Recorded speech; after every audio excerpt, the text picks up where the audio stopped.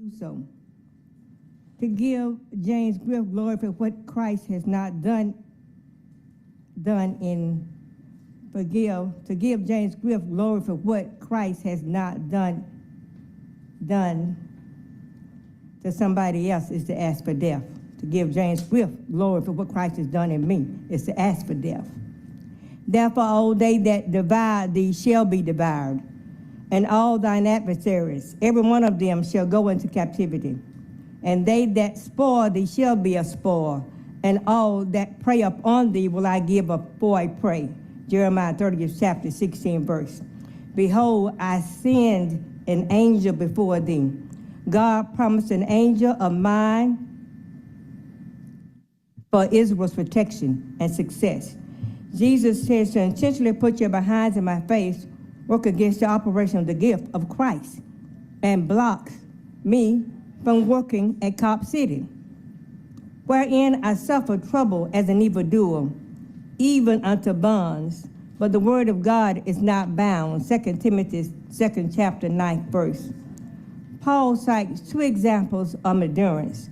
The supreme example of one who endured such hardship, Jesus Christ, and the human example of one who endured such hardship, Paul himself, which say to the seers, see not, and to the prophets, prophesy not unto us right things. Speak unto us smooth things, prophesy deceits. Isaiah 30th chapter 10th verse. They have refused the truth and would rather hear smooth things and deceits. We must fight against sin because God hates sin.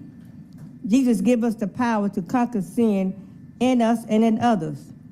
Thank you, Jesus, for answering our prayers for those who want to conquer sin, because I know I need to conquer sin. What about you? I fear going to hell. I fear my actions and what Christ wants to do in me and protecting other people through his word, through his will, through his assignment for my life. Christ value your soul. That's when I must speak the word of God to you for instructions in righteousness. Next, Michael Sard. Good afternoon. I'm here today representing Arena Operations, which is an affiliate of the Hawks. They run State Farm Arena, and Levy Restaurants, which is the alcohol license holder at State Farm Arena. We're here to talk about the second item on your ordinances for second reading. The City Alcohol Code has a provision that, without using the words happy hour, basically prevents happy hours. The city's stated policy when it amended its ordinance back in 2004 was to prevent alcoholic beverage license holders from selling reduced price drinks for an unreasonably long period of time. There's one simple provision in the existing law that prohibits all on-premise consumption license holders from selling alcohol at less than the price regularly charged during the same calendar week. Violating the alcohol laws in the city of Atlanta results in, for a first-time violation, a minimum suspension of 5 days for one's alcohol license and a $2,500 penalty. That type of penalty is devastating for an arena like State Farm Arena, where you've got 17,000 customers. With a variety of attractions at State Farm Arena to improve guest experience, to compete for attractions to be hosted at the arena, the Hawks would like for pricing to be able to be varied, for them, for the arena during the course of the week. We don't think current law allows that, doesn't allow you to change prices day to day. So this paper that's before you is a very simple change to the very plain language that prohibits changing the regular drink prices during the week. It creates an exemption for Sports Coliseum from the ordinance. State Farm Arena is the only licensed sports coliseum in the city of Atlanta. So by creating this law, there'd be no harm. You're not causing any complications for other business types or the policy of the city. Changing the law is going to allow State Farm Arena to change alcohol pricing during the course of the week in its unique venue. It still maintains the public goals of not reducing drink prices throughout the city. We appreciate your support. Thank you. Next is Grace Hamlin.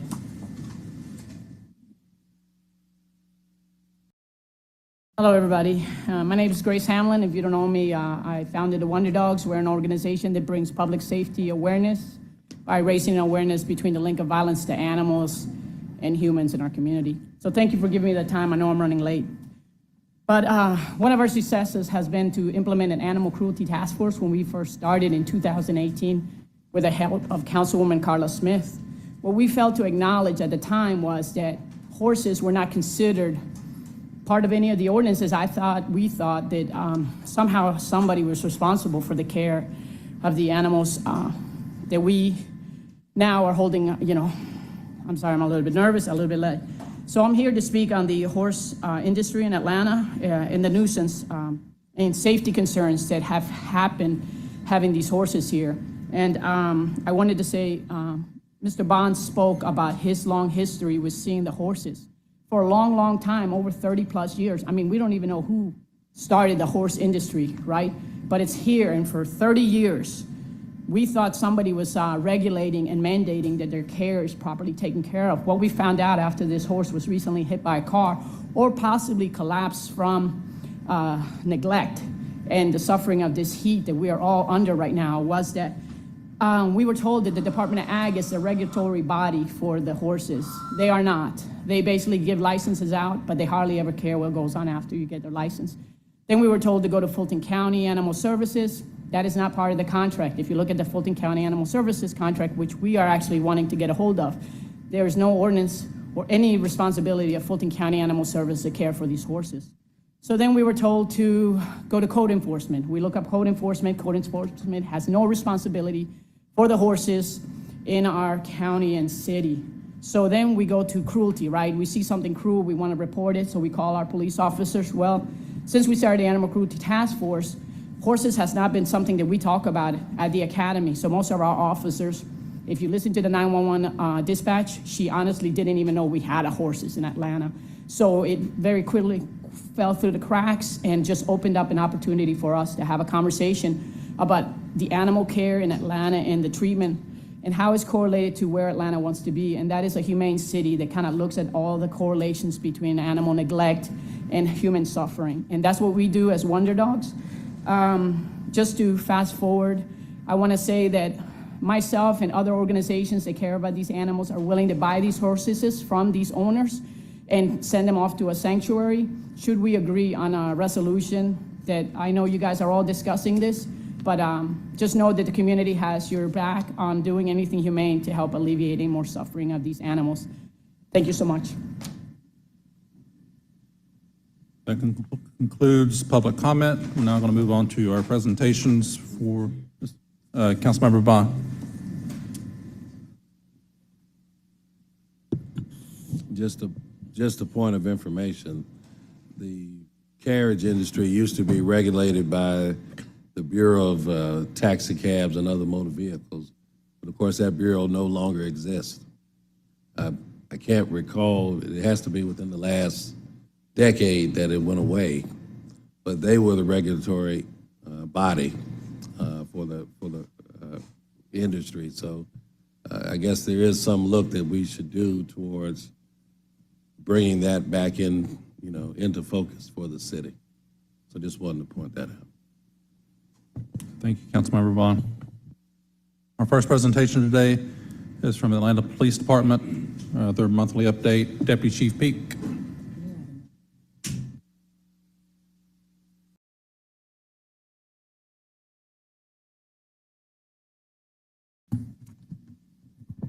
Good afternoon.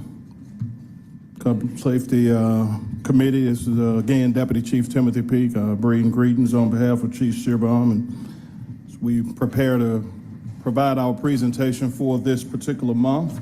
We'll move forward.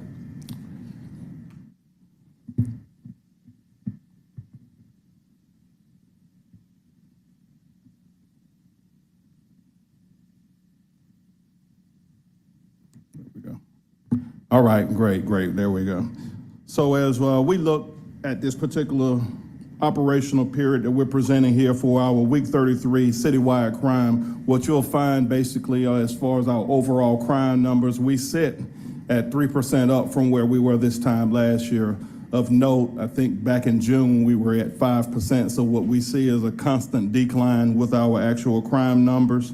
What we certainly want to highlight is the successes that we've had around crimes against persons, homicide, rape, and robbery. So overall, we have a 23% reduction as we look at homicide specific, 25% reduction in homicide this time last year. Our rapes, 55% reduction, and then our aggravated assaults, 22% reduction. So those are great numbers. We are certainly happy with the way those are going, and we look forward to our intel to really drive us to where we need to be at the times that we need to be there so that we can have an impact on those. Of course, we know that there are some situations that will take place inside locations or different things that are a little bit harder to impact where people choose to have the disputes and we're not there, but we certainly continue to focus in those right areas and those open air areas to affect those numbers. Additionally, as we look at our property crimes, although we're 9% up from property crimes, we look at the significance of where we're looking at with robbery, and that will become important as we move forward with some of our slides to follow. Robbery, we're at a 20% reduction, as well as burglaries at a 6% reduction. Then we look at theft from motor vehicle. Although we know that trend is still prevalent, we're at a 4% decrease. Of course, we're certainly putting a lot of resources into that entity because we see that those are the crimes that we find where they're escalating and ending in gunfire. So we want to ensure that we have the right people working with our private entities and different things to ensure that they're assisting us with fortifying their locations, providing security and parking decks and other issues so that we can really have an impact on those numbers. And of course, as we constantly hear the Clean Car campaign, we can't do it alone without our citizens, so we also look for their help to help us as far as keeping those major items out of the way. What we believe is that if there's some consistency with them not getting information, not getting items out of your cars, eventually you'll realize that you're in the wrong business and move on. So we have to just continue to share that information as we move forward. Going to our next slide. Again, we look at what's happening with our motives for our homicide. So as we'll show right here at the very top, our very first motive, which accounts for 45% of our homicides, and that raw number is 36, came from escalating disputes. People having a conversation, an argument, and not knowing how to walk away, and unfortunately escalating to gun violence. So we have to continue to work with all of our violence reduction partners and other entities to have that insight to know that when something is going wrong, it's just simple to just turn around and walk away and be the bigger person and continue to live. So that's the information that we continue to share. It's still our priority, but that's where our challenge is. Hard to really stop an argument inside of a vehicle or inside of a home or whatever, but we want to continue to share that from a educational standpoint to ensure that we get where we need to be. Second of all, as I just mentioned about the robberies being 20% down, robbery is the second most factor as far as our motives are concerned that escalates to a homicide. So in here, we're looking at 16% of our robberies escalate, but we know that we're 20% down with robbery, so we're certainly in the right place doing the right things to try to drive those numbers down. As we look at August, and so as we're transitioning out of August, we're in a good place for this reporting period. Our numbers were 9 versus 19, so what we're looking at and what we noticed is that for the last 3 years, August was the most deadliest month for the city of Atlanta. Most of it was domestic, but there were a lot of other initiatives that were taking place. So we looked at it and focused on domestic incidents, where we needed to be. And so far right now, we're really expected to come in about a 50% reduction for the month of August. So having that intelligence to know where we need to be and trying to address those numbers and get them in the right place, we think we'll be successful. And to that extent, as we move forward through the rest of the year, we will look at each month and look at those driving factors and look at the patterns and see if we can get ahead of it now. And if we can do that, we believe we can be successful continuing to drive those numbers down. As I talked about intelligence, one of the things we looked at, there were about a 5-beat concentration within the city of Atlanta, 5 police beats that was really driving the majority of our crimes. And on those beats, we looked at locations such as gas stations, apartment complexes, open large gatherings and different things like such to really focus, and that's how we've been successful thus far. So we'll continue those initiatives to drive our crime numbers down. Moving forward, so in June, we had the initial Operation Heat Wave for June 2023, and it continues to move forward now. So what we've done with Operation Heat Wave is certainly, as we talk about intelligence again, location-based. We're targeting specific incidents, looking for gang activity, looking for the availability of getting the right gun, getting the illegal guns off the streets, seizing firearms, making federal referrals. So what does that look like? We have collaborations with all of the entities you see right there on the right: alcohol, tobacco, firearms, FBI, Georgia State Patrol, Georgia State University, East Point, Fulton County SO, State Attorney General's Office, putting all of those units together and partnering with our gang unit, our crime suppression units, auto crimes unit, of course, our aviation unit. We very successful with when they get up to help us, and then our crime intel unit.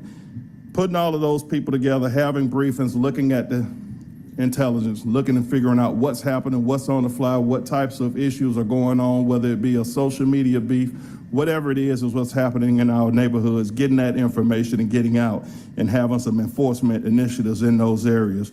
By doing so, we've been extremely successful. We've had 13 critical arrests that we think will really impact our numbers as far as violent crime. Out of those, we've had gang charges come out of them with 5 firearms received.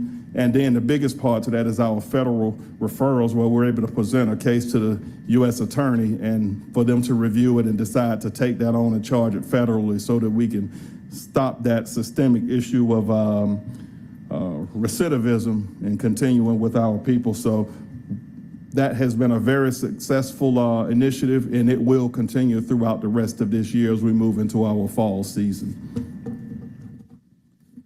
Focusing continuously on gun violence, because we don't want anyone shot and we don't want anybody killed. So as you look at it right here, again, we just talked about our aggravated assault numbers, our robberies, and those homicide motives.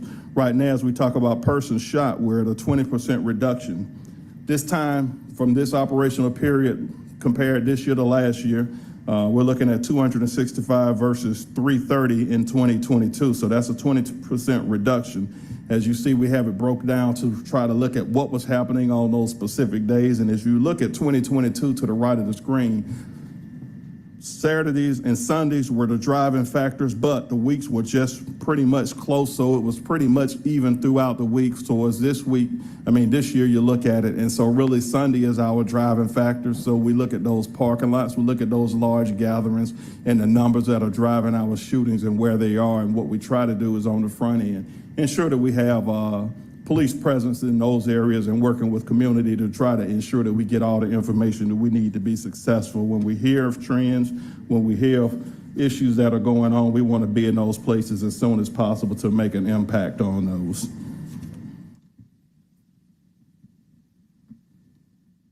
Moving forward, so this is another very good investigation, intelligence driven. As we talk about guns, that's the leading factor to our homicides. There's the proliferation of guns that are on the streets.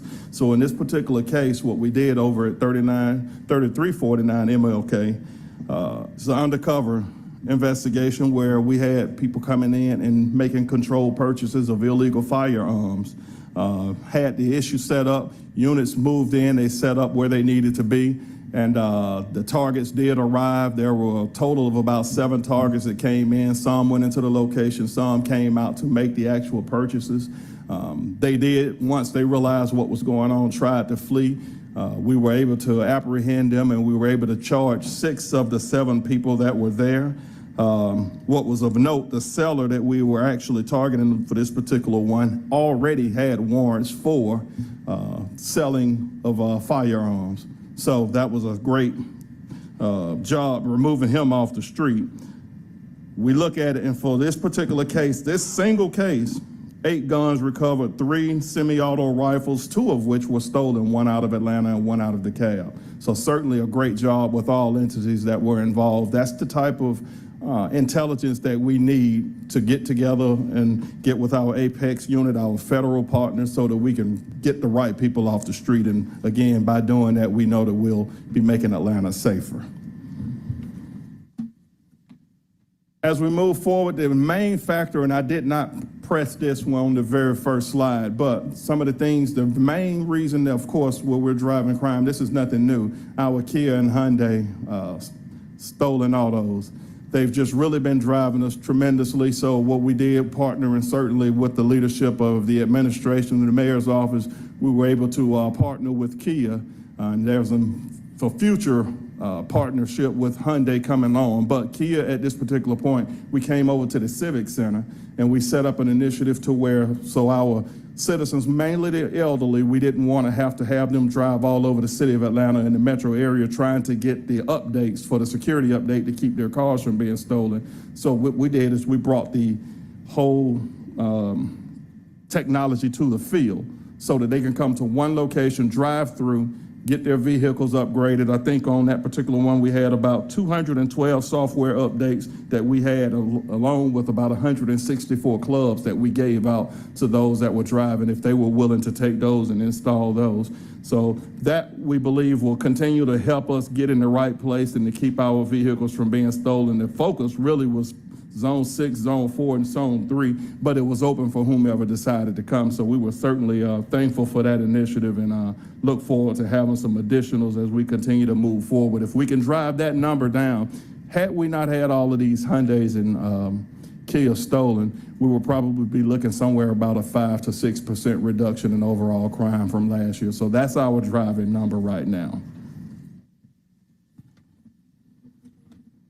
As we move forward, this is another issue, and I know we've had some social media stuff out here lately on street racing. It continues to be a focus of the Atlanta Police Department. We get out and we try to certainly forge our relationship with Georgia State Patrol, but ultimately we're having great short successes, but there are some long-term investigations going on. So we certainly look forward to continuing those. There was one gentleman by the name of Gallion that we just were really dealing with, and what was happening, he was caught earlier back in May, put on bond, and had specific benchmarks that he had to meet, none of which he did. So based off the information that's continuing the investigation with the assistant solicitor riding, we were able to actually get his bond revoked. So now he's in jail, sitting in Fulton County Jail, and he's not riding around because what they were able to prove is that his activity never changed. He made bond, he went right back to doing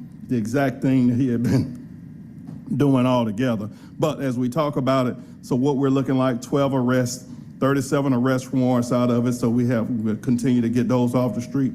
22 search warrants executed, utilizing technology and again, having those long-term investigations. That's how we're able to deal with it. There were two specific issues. Zone 3, 1919 Metro, where we had an incident where officers observed a large number of cars gathering and starting the sliding and the reckless driving. With the technology, looking at it, following and having the right units in place, responding in a tactful way, they were able to actually take that group down at 1217 Metropolitan right there at University, and they were able to get all 3 units into custody and vehicles were impounded. And so we look for those types of initiatives to continue to move on. And so that's how we're going to continue to impact that street racing. But again, we don't have to worry about Tariq Gallion at this particular point. Based off of everybody's hard work, we don't anticipate seeing him back on the street anymore. Another issue here, 2 locations that have really been a thorn in our side for the city of Atlanta. I'll speak on the first one. Zone 3, 12 Atlanta Avenue has been a constant problem right at Atlanta Avenue and Hank Aaron. We've had a number of issues. We've had shooting, drug selling over the years, and it's continuously been a problem. So what we did is over the last 3 months, we've had an undercover investigation going on, specifically to illegal gambling at that particular location. And so what happened is we actually sent in undercover people over a period of time to go in, play with their games, get payouts, which were illegal. Once we were able to get those, we went back eventually with a search warrant, went back in and got all of the information that we needed. And based off of that investigation, and we did the exact same thing at 3657 MLK over in Zone 1. Did the exact same thing, three months of investigations going in, doing what needs to be done. And so what ended up happening is we partnered with GBI, Atlanta Police, and Georgia Lottery.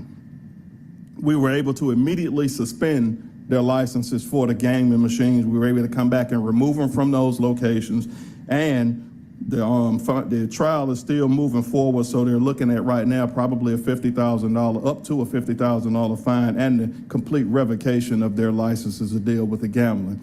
Those are two locations that have just been a thorn in our side, and we have tried every single thing that we could to work with those businesses. And to this effect, you know, we're looking at it because those gambling machines are what's bringing people there, and based off of what's happening, we've seen those escalating disputes. Some of them are gunfire, some of them have been homicides. So great investigation on that one as well. And then as we look, we partner with our partners at APD Hope Team, Georgia State University Hope Team, Department of Public Works to look at it. There was an area right on Piedmont adjacent to the train station where you were getting ready to enter into Georgia State University's campus area. And the conditions were not great at all, so we got all of those entities together. As the kids were getting ready to come back to school, we wanted to ensure that they came back to a nice area, so we all partnered up, went out the day before, offered services, and tried to give all the help that we really could to the people that were there. And after the fact, we came back the very next day and did a significant cleanup over there. And what we found was very, very positive feedback from all the people that were coming through that had to ingress and egress from that train station. They were extremely thankful. We did have some follow-up with our downtown improvement district, and in those meetings as well, everybody was certainly thankful. So that's one of those that we have to continue to keep our eyes on and try to help as much as we can, but keep that area safe for people being able to walk through there and then make it to work and do what they need to do for their day-to-day operations. So all in all, very positive event. And then here's another one where we continuously try to help. We work with a number of youth every single day as they leave school. They come over to our PAL Police Athletic League. We work with them with tutoring, sports training, boxing, whether it be boxing, football, or whatever that is, that we can get their attention and helping them with their academic curriculum as well to ensure that we're able to build strong children, and so that they won't, grow up to really be part of some of the problems that we're dealing with today. This was one of our good events where we were actually able to take a good number of about 60 kids out to Six Flags and enjoy the entire day with them and give them a treat that they so rightfully deserve by staying close in our program and working closely with our PAL teams. So we want to continue that program and continue to grow it, and we have our Guns and Hoses event that'll be coming up soon where we'll be having some of the boxing initiatives. And just to close out here, keeping our focus on, again, Connect Atlanta. Technology is the piece that has to help us continue to fight crime in the city, continue to give us the intel, the information that we need to track crimes and to go back and get the right people off the street. So today, as we look at it, 34,124 is our total numbers of the connections that we have into the system, of which, as we see the breakdown, our registered cameras are 17,795, as well as the integrated cameras where we have the availability of logging in and seeing that public feed from those entities that wanted to share. We're at about 16,329. So with those, we have a number of locations that we're still working to bring on board. So we'll continue to work with Connect Atlanta through FUSES and all of the other entities to try to grow that network so that we'll have more success with tracking and fighting crime. That completes the actual presentation, and certainly we're at the point where we'll be open for any questions that you may have. Thank you very much, Deputy Chief Peak. Colleagues, if you have questions, please indicate with your speaker button. I'll start us off on the, they sound like a broken record, but the Kia and Hyundai thefts are really something that get at me when I see those numbers, 700% increase. Many governments and municipalities have went after through legal means of getting money back from Kia and Hyundai. I know I've inquired with APD and our law department about that.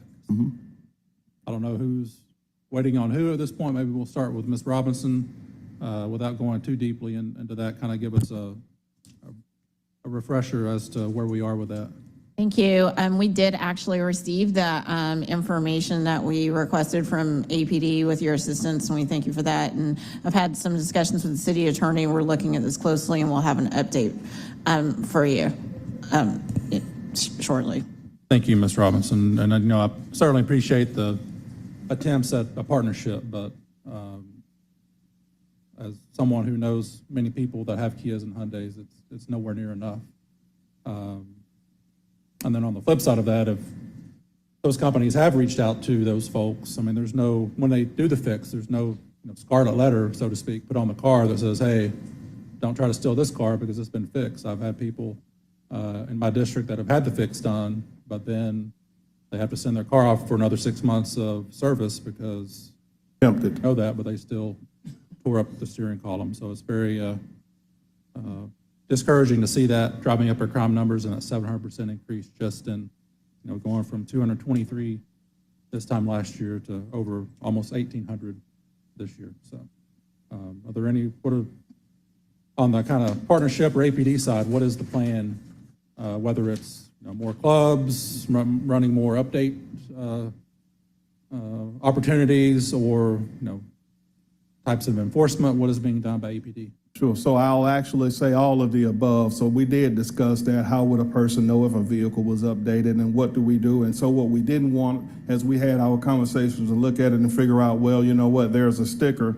I'll get the sticker somehow and just duplicate and put on my windshield without it. So we're still having those conversations to figure out how we're able to identify those cars as a somewhat deterrent. What I'll say as far as the clubs are concerned, we'll continuously give those out. Each time we have any type of external public initiatives out there, we generally have a number of clubs on hand, and so what happens is as we come in contact with people, we go ahead and capture their information and give them one, and to ensure that we're doing all that we can do with it. And we anticipate as well with the Kia, with the Hyundai, we anticipate continuing that partnership to come bring those resources into the city so that we can get it done. From an enforcement standpoint, absolutely, we are stopping vehicles when we have that probable cause to do so. Looking at it, just the Kia or the Hyundai alone don't give us the initiative to stop, but when we see infractions, when we see things that are suspicious that meets the burden of probable cause for us to initiate those stops,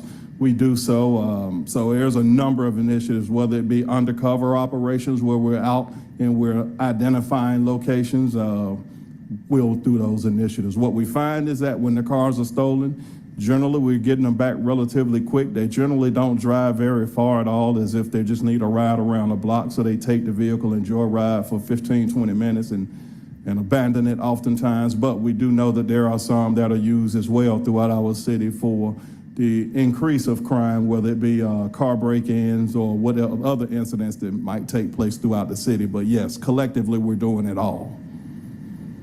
Thank you for that.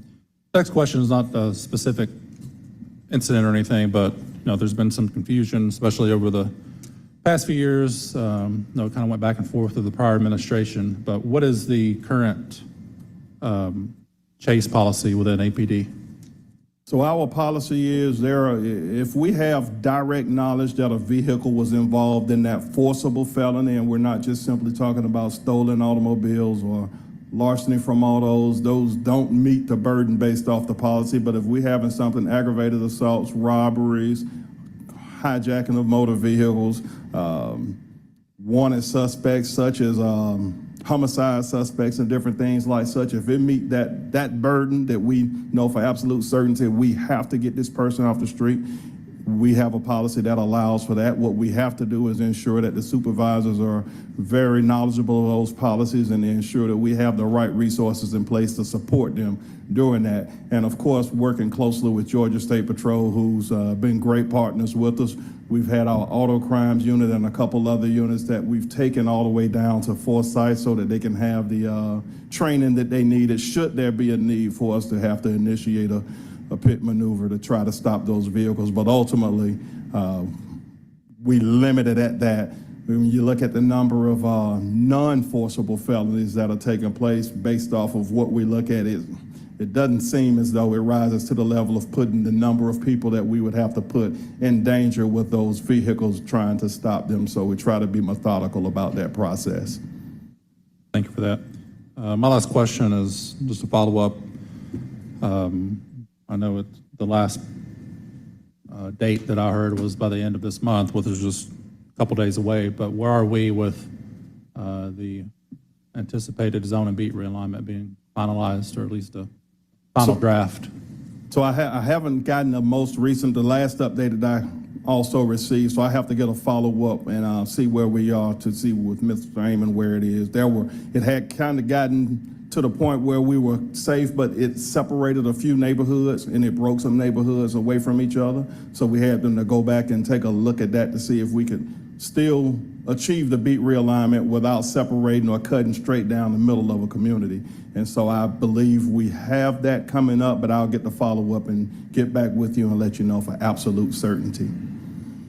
Thank you, Deputy Chief. Next up, Councilmember Waits. Thank you, Mr. Chairman. Chief Peak, I'd like to praise the partnership and collaboration among law enforcement officials in addressing the car racing dynamic that we're experiencing throughout Metro Atlanta. So I'm grateful for those partnerships and the work that you're doing. I was watching and taking a look at the presentation, and I noticed that of the 503 reported for the week, most of that was property, 455 in terms of property crimes. Correct. The first slide. Correct, And so absolutely. would you not agree that certainly camera legislation to require apartments and individuals with parking structures to have cameras would be of some help to us in apprehending these bad actors? Well, I would say absolutely. Anytime that we can have some intelligence, some technology that could help us either deter the crime or either identify those that are responsible for it is a win-win for us all. As I look at it, and we've worked with many entities, some of the challenges, we just ran into challenges trying to roll it out, let's say, for instance, from that voluntary standpoint. But I would never walk away from technology or the opportunity to have that as we continue our build out throughout the city. As our city continuously grows, we have to have technology in place to aid public safety to ensure that our city can be even safer. And so we're experiencing again a set of apartments that have experienced automobile break-ins. Is there any updates regarding this recent, to my understanding, and the security officer lost his life in this particular instance? Very, very unfortunate situation. It is a moving investigation to the extent that there are some people out at locations right now investigating that crime. So we're hopeful to bring it to a resolution as soon as possible. So rest assured that we have all of our resources on the ground right now working that case, and I'll leave it there because it's actually active at this particular point. Councilmember Lewis. Thank you, Mr. Chair. Chief, I want to say thank you so much for the work you've been doing in our area. Just this morning, I got a text about an email from Major Ricker about a license and permit. So a gas station that was doing some of the stuff that you just said that you all were able to shut down, or 2149 Metropolitan Parkway. And so I want to say that they've started back up. And so we closed them down in June, and we closed them down in March. And so how do we stop those places from opening back up and doing the same exact things? Well, I think what we have to do as we talk about the locations is to look at, for first and foremost, tracking through our nuisance abatement crimes and figure out who the owners are to stay. But what we'll see oftentimes is it's sold and it comes under a new owner, to try to do the background to figure out if there's any relationships between previous to current. Some of the challenges we'll see a person that may sell a business, and really, when you look at the name, it seems like a new owner, but really, it was somebody that was already involved with it. So we have to look deep into that. The other key is just following the intelligence on it and following the crime and being matter of fact about it. When you're having those instances, those nuisances, the crimes that are taking place, we have to look at it, continue to work closely with the city solicitor's office. What's been advantageous for us is, even if we haven't been able to stop it at that city level, having them go back and take that to the state superior court so that we can get the injunctions to close them all together. That's been successful, so those will be things that we'll have to continue to leverage and use as we going forward to ensure, that the properties are doing what they're supposed to be doing. We can't stop them from selling, and we can't stop them from opening up, but we can certainly share that information through the NPUs, through the neighborhood organizations as well, to ensure that they have a say-so in it and that they know exactly what's going on and how we're able to work together on that one. I want to say I appreciate you for that. I also wanted to talk about the car chases. This week, my cousin called me, She was on the corner of Cleveland Avenue and Macon Drive. She took a video and a picture of a car chase. I don't know how she got a video and a picture, right? But in that video and that picture, it was a video and a picture of her video. We were able to see the license plate of the car. And I just started thinking, because I saw 4 police cars ride past Macon Drive and Cleveland Avenue. And you know that intersection, 4-way, very busy intersection, chasing behind this car. And if my cousin was able to, standing at that bus stop, get that video, I know those cars got it. And so I'm wondering, is there a way that because I know we talk about technology and all this funding we've been putting into it, is there a way that we can get our drones? Is there a way we can use our tag readers to catch people later? We can put a drone on a person and actually, because I remember a case that I've seen, I watched it on, that we did right here in Atlanta, and I don't know if it was a partnership with East Point or Hateville, and it might have been Hateville or East Point. They used a drone to follow some members to a house where they were cutting up the goat heads. I don't know if you recall that case off top, but we seen other police officers use it. And so my cousin, she wasn't scared, but I was scared for her because I saw what rolled past her and I know how it could have went. And I heard it was a joyriding. They were joyriding. And so to have the police after him, and I know we said only for murder and robbery, if we have people after kids in a Kia or a Hyundai flying down Cleveland Avenue because they was in a van, I never seen a van ride that fast. What can we do to get the drones and the tag technology? So what I'll say is we have to continue to leverage and grow our technology. There are a number of LPRs throughout our city. We constantly go back and look at, based off where the crime is taking place, where we're seeing the most activity, and trying to increase the deployment to the extent that our budgets will allow us to continue to grow the program. I'll tell you that we use it all. One of the challenges with the drones, so to speak, is as you're looking at it and we're talking about a pursuit issue, it's not as easy for us to utilize a drone to assist, only because you have to know where they're going and you'll have to be able to get up. There are certain distances for the types of drones that exist, so not every drone can fly across the entire city of Atlanta. So we have to look at that technology, but that's where we come in with our aviation unit and the helicopter. The crime, I'm not certain on this particular pursuit who it is, whether it was Georgia State Patrol or whatever the unit. It was APD? It's on ATL Scoop. It's on every website in the world. My cousin shot the video, and I was nervous for her. She was laughing in the video because it happens so often. Right. So what I'll do is I'd have to research what that pursuit was about. Again, if we're looking at it as a forcible felony that rises to the level to where we believe that if we don't take this person off the street, they're either gonna shoot somebody else, they're gonna do somebody else, or rob somebody else at gunpoint, or whatever the case may be. Those are cases that it would be a travesty for us not to bring those people into custody. And as we look at the tags, we certainly rely on that tag information, but the question becomes, is that tag valid? Is it stolen? Is it assigned to another vehicle that won't lead us to those particular owners? And what does it look like for us to be successful in those investigations?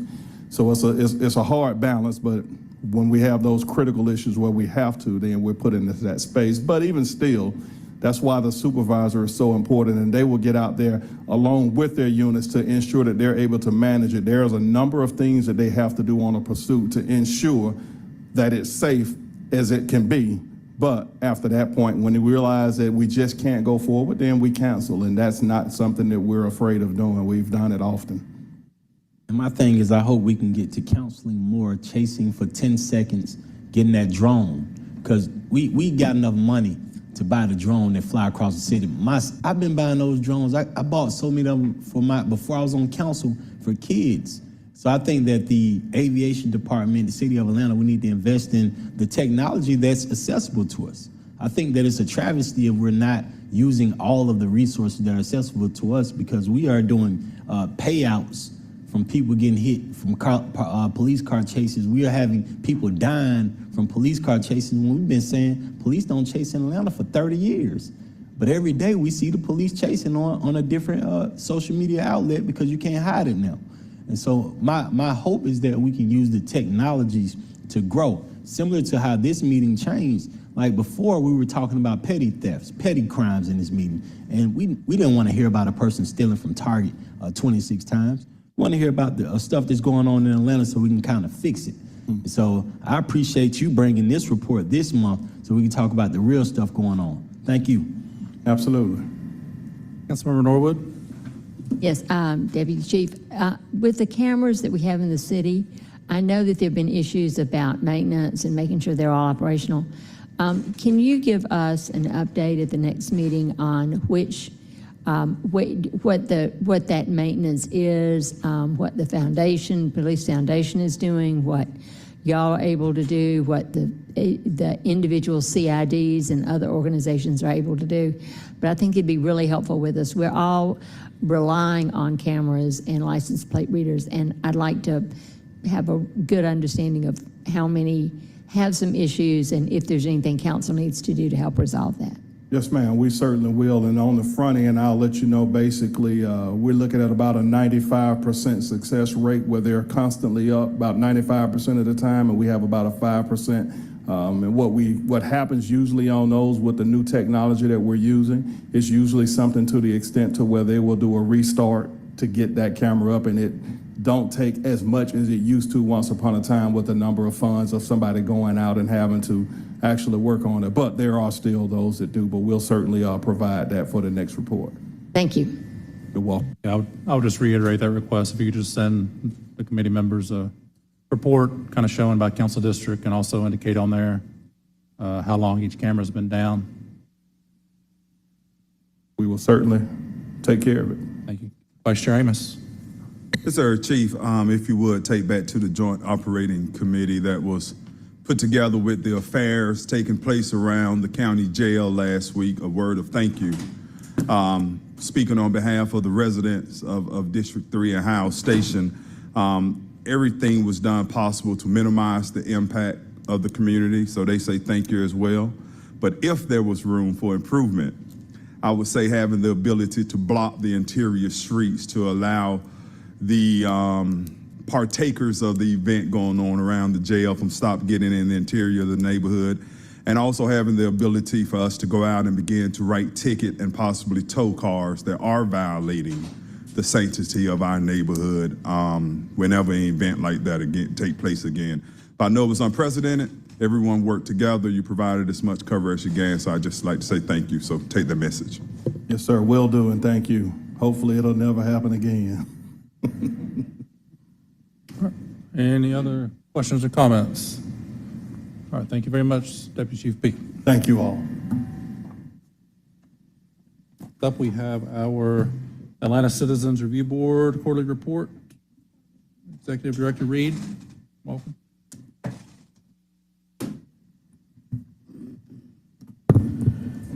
Good afternoon, everyone.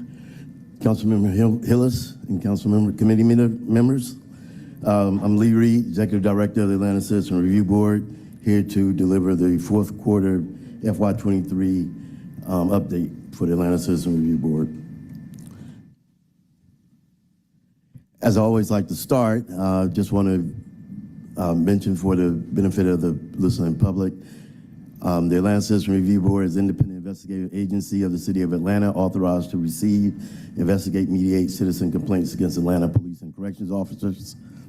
We do our work fairly, thoroughly, and independently with integrity. And we support citizen oversight, we support citizens' confidence in policing by ensuring that if they have complaints against officers, they're investigated and thoroughly. And this is important so that we can ensure that all citizens feel that they belong in society, and if they have concerns, they have a place to report those complaints.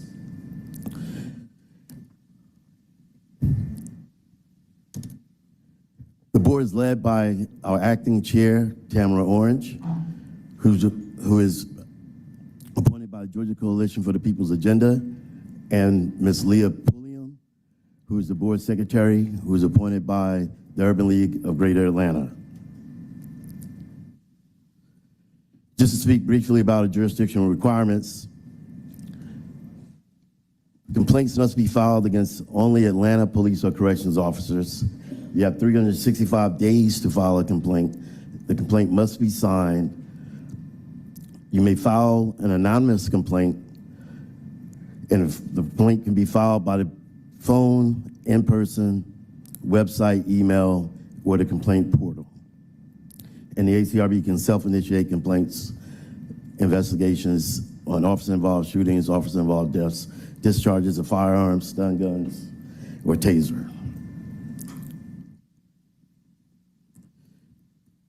The acceptance allegations are abuse of authority, abuse of language, appropriate action required, conduct, discrimination, discriminatory reference, failure to provide identification, false arrest, false imprisonment, harassment, retaliation, use of force, serious bodily injury, or death. And then we have our catch-all violation of departmental standard operating procedures. So now going into the meat of the report, I want to provide an update on the Fulton County Sheriff's Office actions, and then we'll go into the fourth quarter data, and then we'll talk about the highlights for the community outreach and engagement for the quarter. During our last presentation here, we talked about Fulton County Sheriff's Office actions that were delaying our ability to be able to interview citizens who were housed at the Atlanta Fulton County Jail, at the Fulton County Jail. I'm happy to say that we've been able to get that resolved, and the investigations have resumed. So I want to definitely thank the individuals and organizations who provided support and encouragement for the agency. Also thank you elected officials and the mayor's administration for helping us as we navigate our way through resuming these investigations. I'd like to give a special thanks to Councilmember Lewis for your monitoring of the situation throughout the duration of this. So we're glad to be able to start doing those investigations again with the Fulton County Sheriff's Office.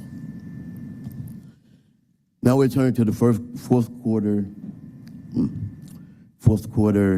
data. As you see before you, you have received 54 complaints. 16 complaints were assigned to a full investigation. 32 complaints were dismissed.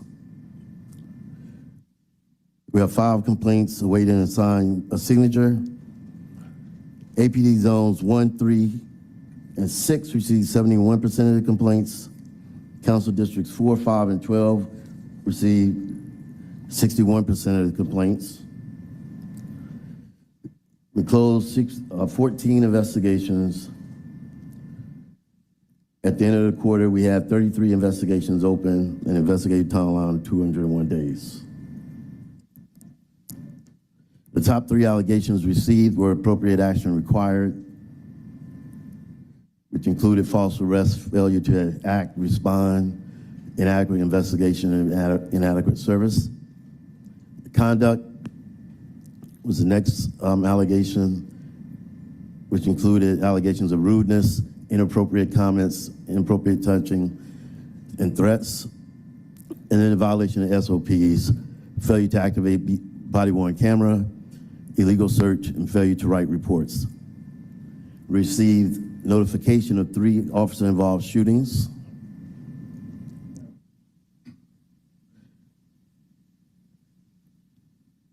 And also during the quarter, moving on to the board work, the board held 4 meetings. 3 were regularly scheduled and 1 was a special call meeting. The board adjudicated 9 complaints. 29 allegations were included in those complaints. The board sustained 48% of the complaints. And we have 7 complaints awaiting a hearing. During the quarter, the APD notified us that all of the sustained complaints, allegations that we had sent over, were still pending an investigation.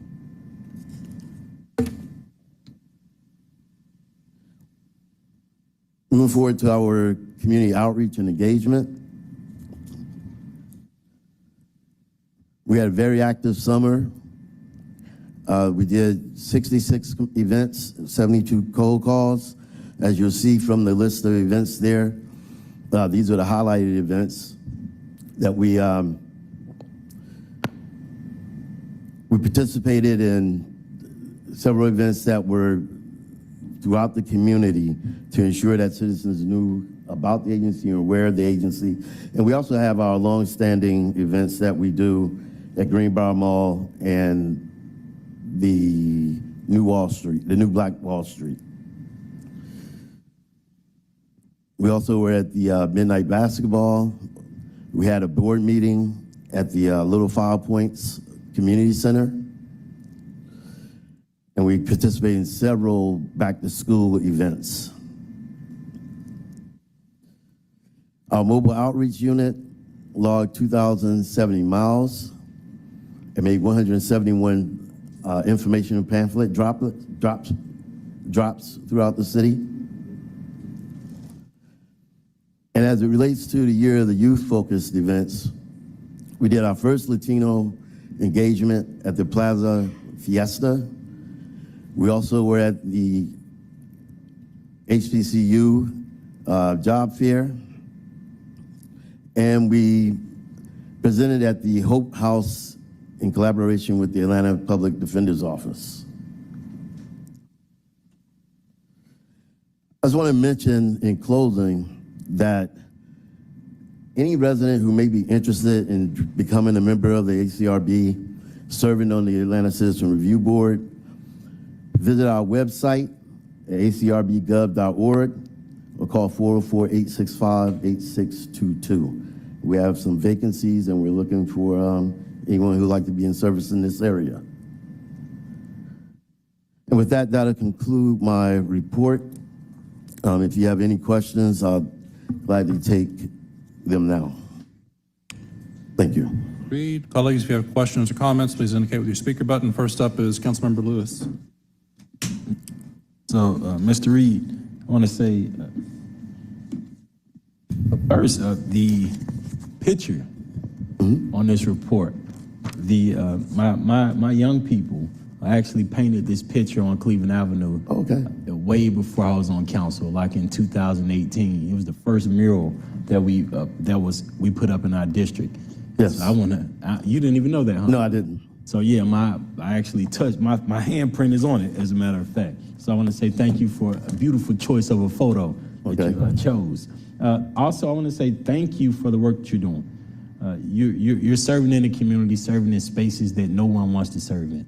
You're in the jails, in the communities. Every time I look up, I see ACRB somewhere at Pittsburgh Yards, at National Night Out. So I want to say thank you and the team for the work that you're doing.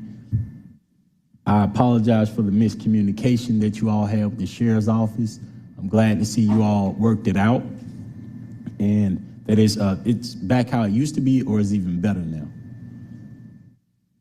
It's close to being back the way it used to be. Okay. I mean, we resumed it, and we're making the right steps to make sure that things are working the way they need to. And I say that because right now we got people dying in the jails. And so we got the federal folks looking at the jails. We got everything going on. I know Mr. Labatt, Sheriff Labatt was recently elected in there. So some of these issues he was elected and he saw them there is why we probably put him in that seat. But I know that the relationship may get a little rocky again because of the work that you are sworn to do for the people. Is there any kind of way I could support in getting, because I looked at one page that says that zone 4, 5, and 12 on the list of the most reports that you get. What can I do to support you and your work? And like, what should we be looking at in the police force in my area to alleviate this, or what can we do? What do you see? I think one of the most important things is ensuring that the police department's ability to respond to sustained complaints is timely, in that we're getting those responses back a little faster. I mean, I know they have a number of things to do, but the investment in the Office of Professional Standards, I think, is important, because all of us are trying to ensure that when we have these complaints, they're addressed, because what that does is it ensure citizens that we as a city are paying attention to the wrong actions of officers or the alleged wrong actions. And also, it reminds officers that the city is paying attention. You know, it's that sort of like soft power type of thing. And then I think the other thing is continue to let citizens know that they have an agency that they can file complaints with, that they can take advantage of learning additional information of how to have proper interactions with officers, because sometimes that drives some things that we need to address. So those would be the main two things, I would say. And I want to say I appreciate you again, Attorney Reed, for your service. Thank you again. Thank you. Councilmember Waits. Thank you, Mr. Chairman. Mr. Reed, thank you for the presentation today. I'm looking at the top 3 allegations that you detailed and outlined in your report, and some of these seem to be pretty serious. For example, an illegal search, inappropriate comments and/or touching threats, false arrest. Once you get these types of allegations and you do your investigation and your findings, what happens? What type of teeth does the organization have? If we sustain the allegation, meaning there was enough evidence to say that this more than likely did occur, 51%, we'll forward it over to the police department with our recommendation for a disciplinary penalty based on the APD's disciplinary policy. And at that point, the police department has the sole authority to render discipline or not. There's 2 parts to that, though. One is they will complete their investigation based on what we provided and what they've initiated themselves, and then they will decide how they want to make the disciplinary decision, if one is to be made. The challenge is that there's the delay between when we render the decision and when we actually receive the decision. So that's one challenge, and a lot of that happens sometimes because the investigation is still ongoing on their side. And then when we receive those responses, it's up to us to make sure we communicate that to City Council and the public, so that the City Council and the public are aware of how the police department is responding. Because unfortunately, we don't have the authority to make them discipline on an officer. So we have to use our ability to be transparent, make sure that elected officials are paying attention, so that if they're seeing where the police department is not being responsive, they will ask the appropriate questions that need to be asked. And in the worst case scenario, may need to look at creating an environment where our decisions might be to where the officers, where the police department is compelled to discipline. May I follow up, Mr. Chairman? So, given the egregious allegations, are you aware or are you notified that the officer has been placed on some type of desk duty or reassigned while the investigation is pending? Do they give you any of that information at all? No. So when I ask again, what type of teeth does the organization have, you don't have any disciplinary authority? No. We make recommendations, and the police department is responsible for making a discipline decision. We're notified of the decision, but we can't compel them to make a decision. But you are informed of the decision? Yes. Okay. Thank you. Thank you. Any other questions or comments for Executive Director Reed?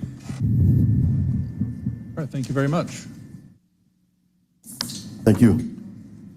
Next up, our last presentation is the quarterly update from Police Alternatives and Diversion, Executive Director Joaquin Macias. Welcome. Good afternoon. Pleasure to be here with y'all. I want to just jump right into it, and just by way of introduction for folks that may not be aware of PAD in the general public. As y'all are well aware, we take a comprehensive approach to reduce arrest and incarceration and to connect people to those supportive services that can most effectively address quality of life concerns. So of course, today we're here talking about, what we have done over the last fiscal year, but day to day, what we are really looking at is changing how we our default response to folks that are engaging in problematic substance use or have unmet mental health needs or extreme poverty. And we do that through 3 strategies. One is our community first response partnership with the City of Atlanta through the ATL 311 line, in which customer service agents through 311 are able to dispatch our community response team to respond to community concerns, as well as to take the appropriate diversion or deflection referrals out of the 911 line, which I'll speak to in a moment. We also receive diversions from our local law enforcement partners as well as prosecutorial partners, so that people who are in need of services are not actually continuously booked into our local jails. And then, of course, we provide care navigation services. So we do the work on the back end. Once we are connected with somebody who has these needs, we're able to work with them long-term to be able to help them achieve more stability and achieve their goals. I want to take a minute, though, just to call out how our strategies are intentional about reducing both police contact and incarceration. So, I want to start with the idea of reducing calls to 911. We have a strong partnership with both ATL 311 and our E911 Center, and really appreciate the leadership at both those agencies. And we've been in conversation a little over a year now about how we can help reduce the load on the 911 system. And we've done that through a few options. One is providing the option for community members to be able to address their concern through the 311 system during 311 operating hours, and so therefore keep those calls out of 911 altogether. What we have done more recently is allow the transferring of 911 calls when they hit the 911 system back over to 311. So I've shared with you in the past, we started with public indecency as the call code that would get deflected back over to 311. We tend to respond to quite a few requests related to public indecency, both directly from 311, and also now from 911. We just today launched our second call code, which is panhandling. And I want to note something specific here. Even the process of preparing to accept these calls through the 311 system actually elicited a positive systems change. So what we found with our partners at 911 was that any call that came into the 911 system for panhandling was being coded as a criminal trespass call. And so in order to appropriately deflect the calls for panhandling, the 911 team actually created a subcategory. So now there's a CT/panhandling code in our system, so that we're more able to accurately track as well how many calls are actually coming in from residents that are calling specifically about a concern related to panhandling, apart from other criminal trespass coded concerns. So we're looking forward to see how that might continue to alleviate calls that are more appropriate for a non-emergency services line out of our emergency services line at 911. So I'll be looking forward to reporting that back out to you next time I'm here at this committee. I also want to know, we've had some very preliminary conversations with the folks that are providing 988 response services in the Metro Region 3 area. And I think that that's something that is worth exploring, to look at how our current 911 system is, what that relationship is with the 988 line, which, as you know, currently goes into the GCAL system in the state of Georgia, and then to consider to what extent we can use our existing 988 infrastructure to ensure that we have alternate first response coming through the 988 system, and something to look at, particularly because we understand that 24/7 coverage is a shared goal, to make sure that people have options, weekends, evenings, et cetera. So I want to just call that out as something that I think would be interesting to explore. So, of course, the more calls we can reduce out of the 911 system that are more appropriate for a different response is going to reduce police contact for needs-related concerns. At the same time, when our community responders are actually dispatched through 311, that is going to reduce, every time our community response team is dispatched, that means an officer is not being dispatched for that same concern, right? So clearly, we're reducing police contact there.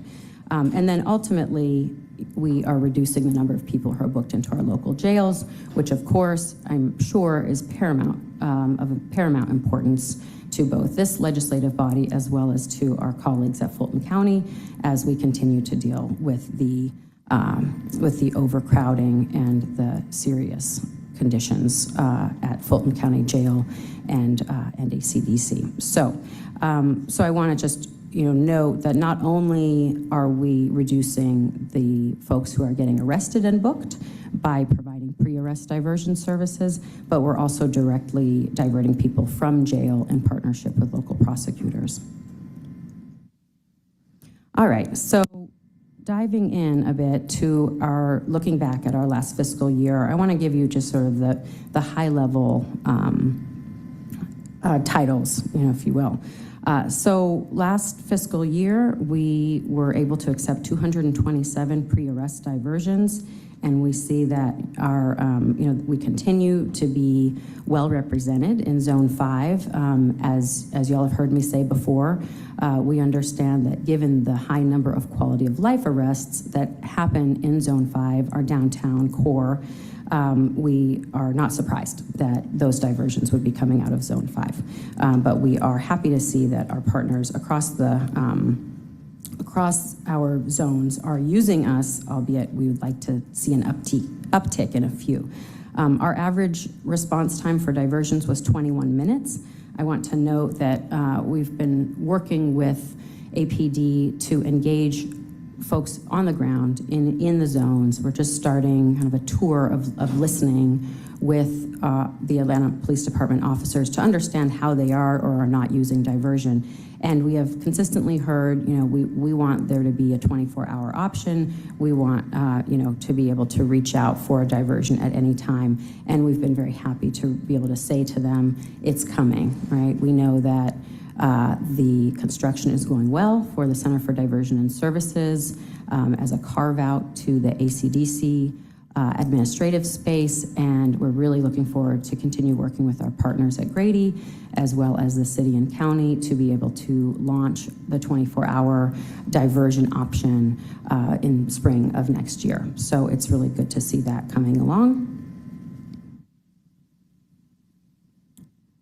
And you'll see we've noted where we're seeing the diversions coming from council districts as well. I understand that, that's of course of import to y'all, and we're happy to provide more detailed information about the charges associated and other relevant details. If you reach out to us, we can send you a report specific to your council district. In that same time period, we received almost 1,400 requests through ATL 311 for our community response team. You'll see we've broken it down by zones. We received the bulk of requests from Zone 6, the Zone 6 area. And just to note, to put a finer point on it, while we have broken it down in terms of zones, these are calls that go directly to 311, receive a PAD response, and do not engage the Atlanta Police Department in any way. If you look at the requests across council districts, you'll see that people all over the city are now using 311 to reach PAD to be able to request an in-person response. Our council districts 2 and 6 sort of lead the pack in that regard, and we're looking forward to continuing to do extensive community engagement in the year ahead to be able to make sure that people are aware of this option. I want to talk a little bit about housing in particular. As you have heard me say before, most of the people that we work with, whether that is coming, that connection is coming to us through law enforcement, or whether that connection is coming to us through 311 and a concerned resident giving us a call, most people that we work with are experiencing homelessness. Many people have had previous experiences within our shelter system that may make them hesitant, or may have extenuating circumstances, whether that's because they have a pet or they have a family member who isn't eligible, which makes it difficult for them to access our current shelter options. That said, what we are able to do when we engage with folks is we're able to help them sort of think about what is the universe of possibilities and then help them make those connections.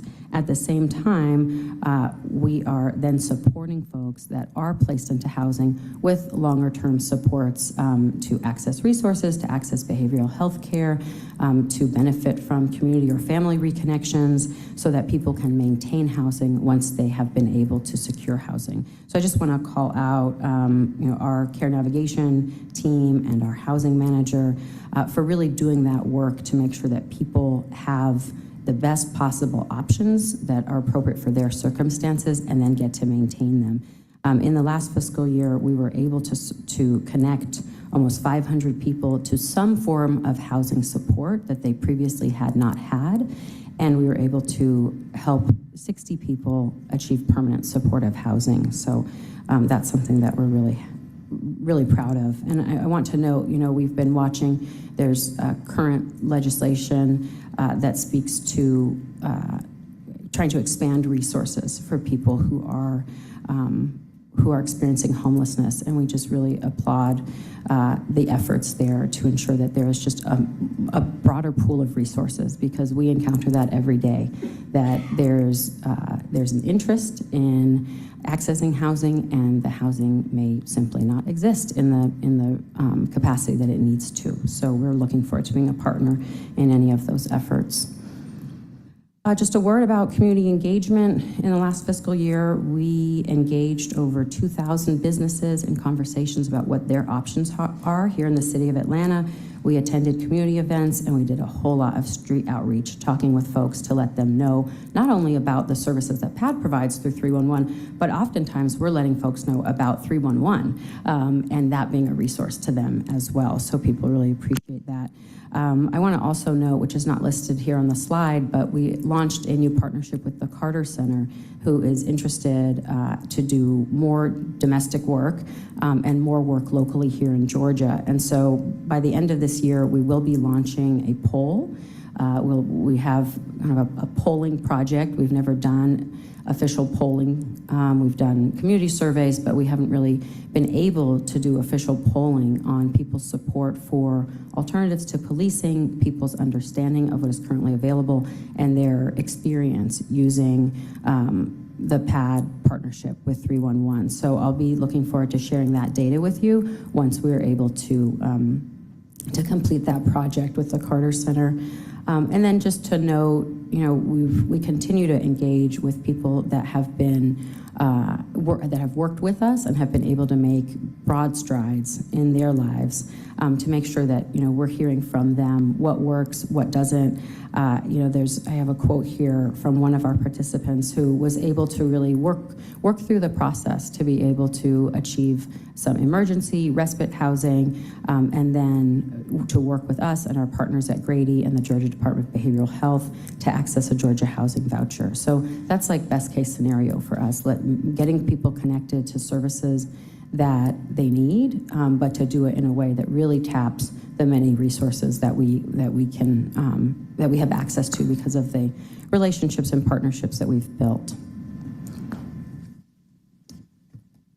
I also wanted to mention that we were just informed that we received a 3-year training grant through SAMHSA. We were the only agency in the state to receive a mental health awareness training grant, and that will be supporting a full-time position as well as other staffing and materials in order to provide community-based education around mental health.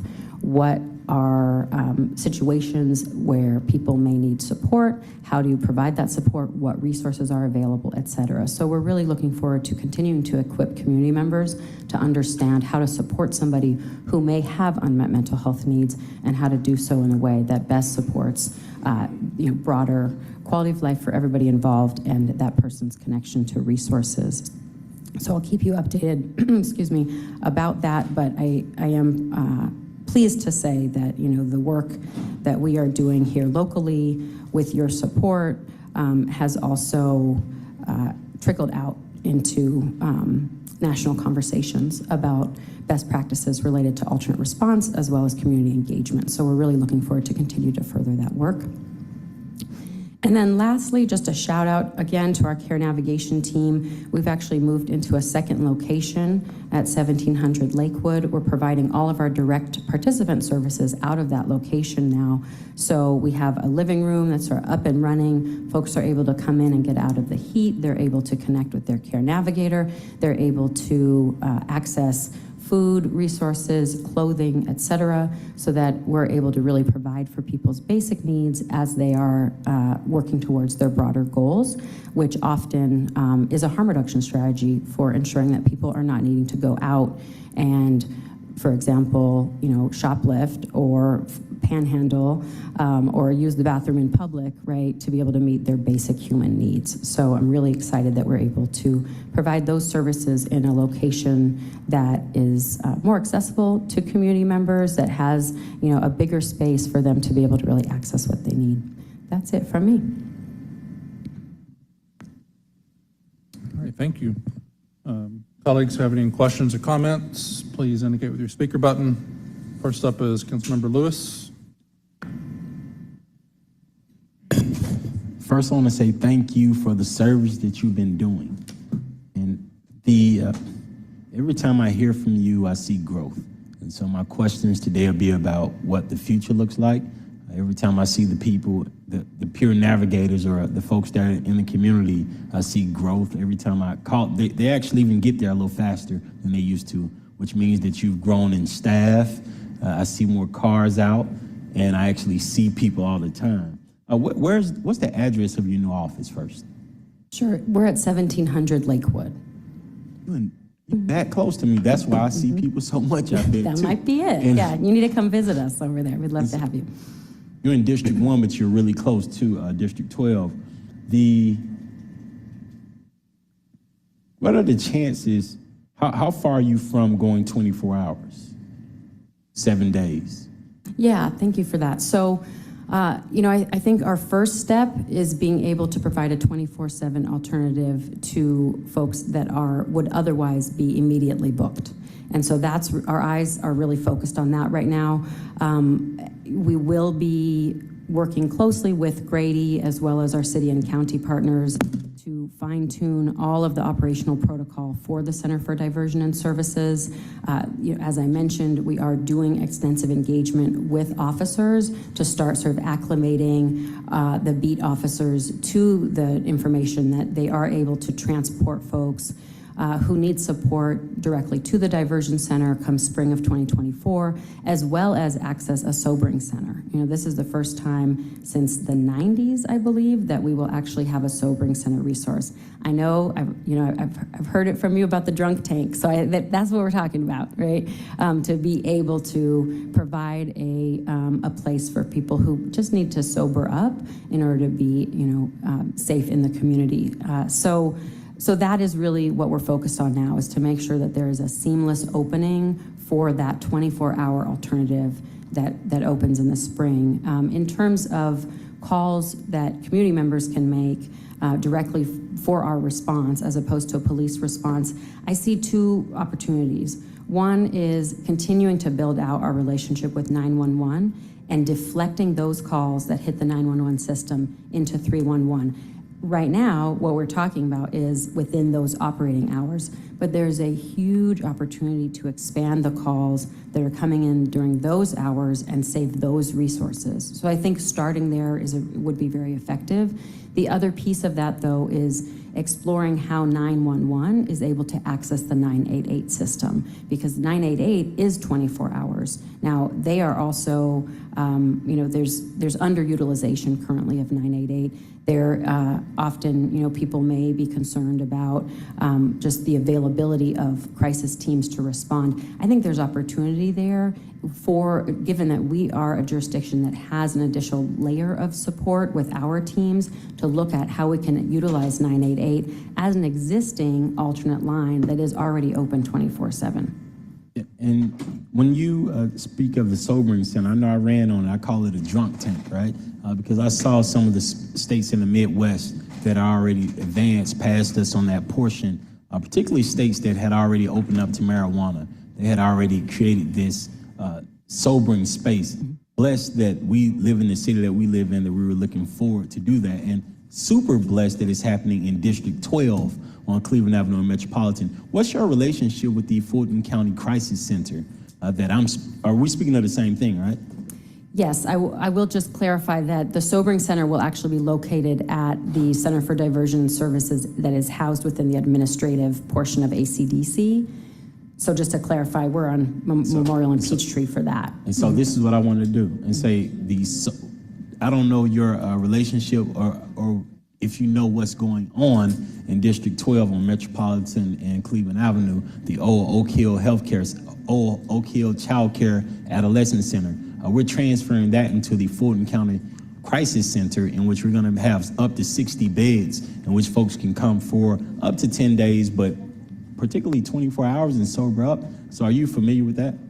Yes, and we're thrilled that that is happening. I think one thing that we may see as this Center for Diversion and Services opens is that because of capacity, and just to kind of keep narrowly focused on the goal, folks are not going to be able to walk in for those services, right? It is really going to be folks that are brought to us from emergency responders and the police department who would otherwise have been booked into jail. And so I think the benefit of having Fulton County take the lead in terms of providing that walk-in crisis center is that you're going to see, my hope at least, is that you'll see community members be able to access those resources at will, while our efforts are a little more geared towards folks that would otherwise be booked into jail. So I think there's a complementary relationship there. I'm really looking forward to seeing how that continues to evolve and that resource, because it's absolutely a needed resource for our communities. And last question, I know this is critical to the future, but if the ACA was expanded in the state of Georgia, how would that help you? Tell me a little more. So when Health and Human Crisis, Health Services, the ACA has funding in it for programs like you. The moment that the governor expands it, you just get some money. And so I didn't know if you had already looked into that or not, but I'm looking at 20, because every time I talk to you, I'm seeing growth. So I'm making sure that we get the right advocates on that potential pot of funding that's there, or that you start looking at it to see if you can access it without the governor tapping into the ACA, since we have been able to tap into certain provisions of the ACA without it. Yeah, thank you for that. So that is something that we are starting to look at. I think part of our partnership with the Carter Center is being able to benefit from their leadership in the space around mental health parity in the state, and just broadly, kind of what the state funding streams are to support mental health services and broader health and human services. So that's something that we're definitely interested in. What kind of funding streams may open up to provide direct services? We're on the very early stages of that, so I'd welcome additional conversation. Any other colleagues with questions or comments? I did have one just to clarify. I know you're speaking of the potential 24/7 something in the spring. Is that for PAT itself, or is that there was something in the presentation about 988?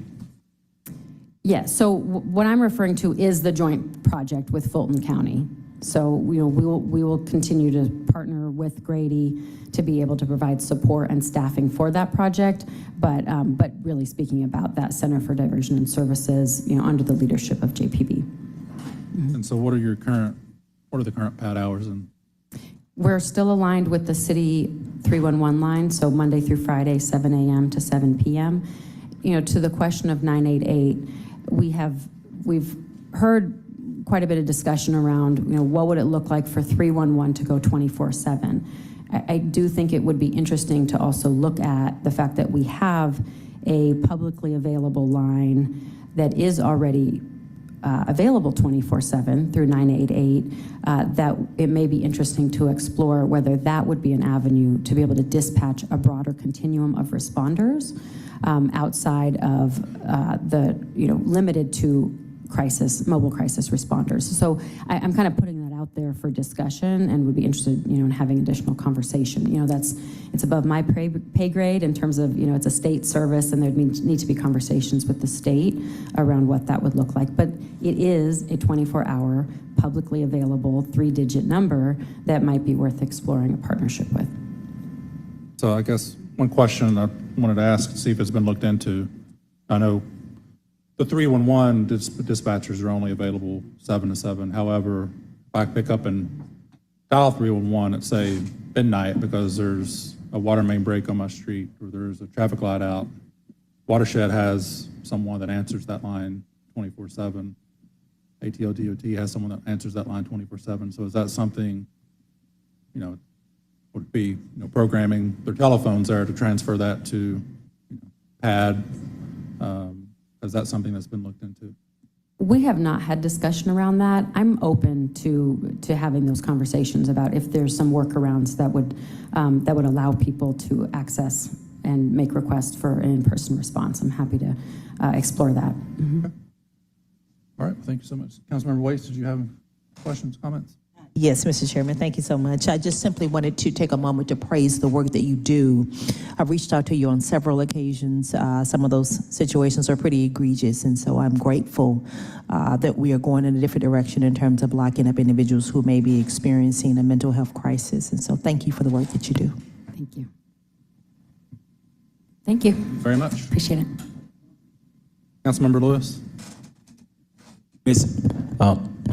I've seen Councilmember Boone do this. She just walked through on Cleveland Avenue and Macon Drive, behind that food mart store that you've always sent folks to. We're having a lot of issues right there. So if we can get PAD and 311 service to go over there, because you've helped me with it before, you helped me alleviate it before, and we're able to get services to people. And so if we can get folks to go over there, even today would be perfect if we can get some over to Cleveland Avenue and Macon Drive right behind the store. So you're going to need to call 311 so that Director Quarles doesn't get me in trouble. No, I'm kidding. No, that's great. Well, I have with me our Director of Community Response, China Corker, so we'll flag that and we can get a team out there. All right, thanks. And you've helped me with a lot of times, so I appreciate you again. Thank you. All right, that concludes our presentations.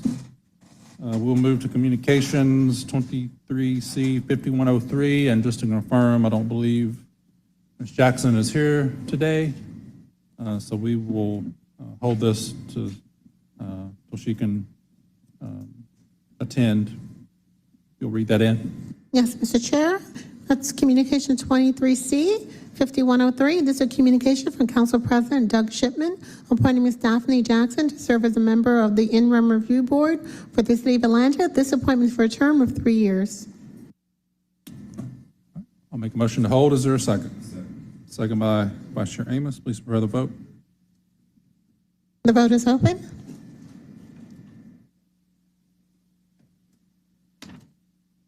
The vote is closed. 4 yeas, 0 nays. That item will be held.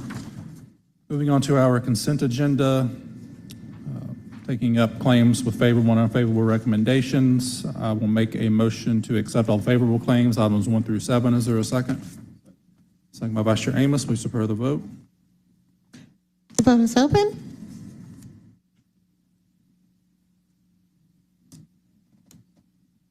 The vote is closed. 4 yeas, 0 nays. Those items are favorable.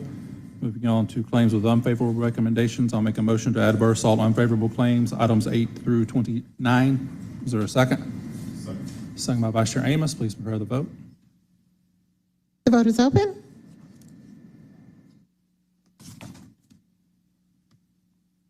The vote's closed.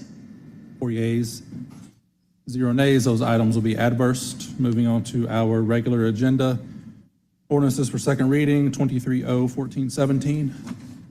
This is an ordinance by Public Safety and Legal Administration Committee to waive Section 2-783H1 of the City of Atlanta Code of Ordinances to authorize the settlement of all claims against defendants in the case of Henry Ronald Stanley versus Christopher Patterson, former clerk administrator of the City of Atlanta Municipal Court, in his individual capacity, and Michael Dawson, Tracy Armstead, in their individual capacities, civil action file number listed herein in State Court of Fulton County in the amount of $130,000 and authorizing said amount to be paid from accounts number listed herein and authorizing the Chief Financial Officer to distribute the settlement amount and for other purposes.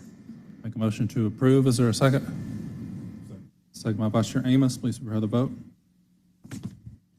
The vote is open.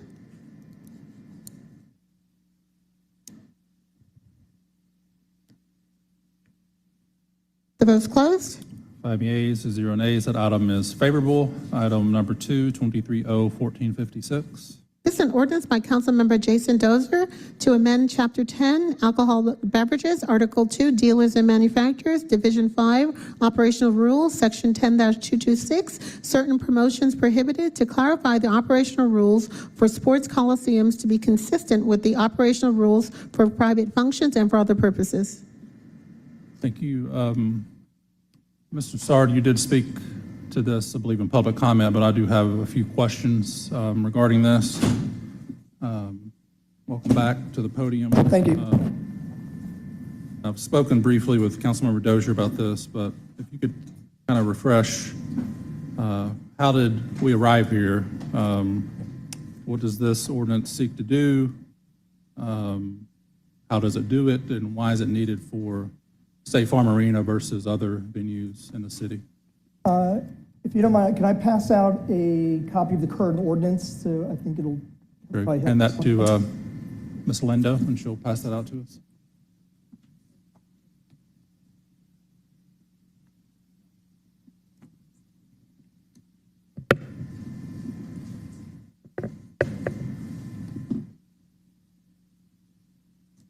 Wait for y'all to get the ordinance.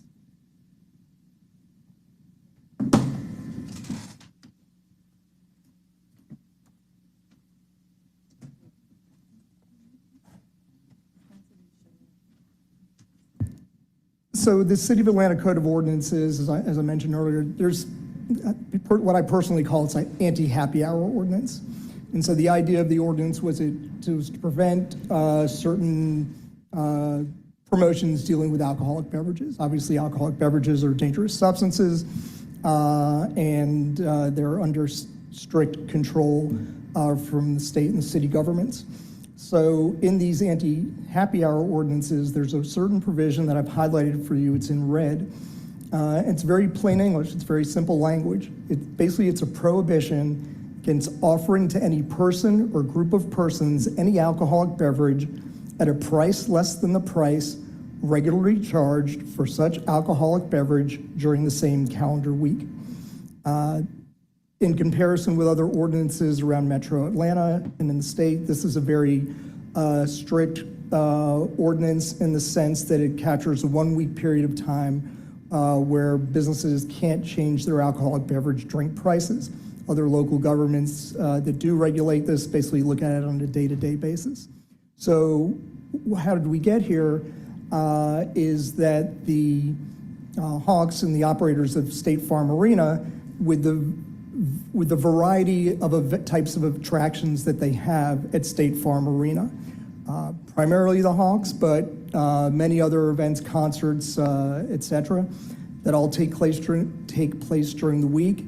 It is the desire of the Hawks to be able to vary their pricing during the course of the week, because otherwise we feel like it would run afoul of this ordinance. I've been practicing law and working in the alcoholic beverage space since 1992. The 2004 ordinance amendment that came about that created this ordinance was in reaction to a case that I brought against the city. The old ordinance basically said, and I think everyone would agree unreasonably, it essentially stood for once you establish your drink price, you could never change the drink price. And I had a client that was cited for that. Anyway, so you've got this ordinance that says you can't change prices during the week. And because of the variation of events that take place at State Farm Arena, the Hawks wanted to change this ordinance to create an exception for them that would allow them, because of the nature of the events, to vary pricing.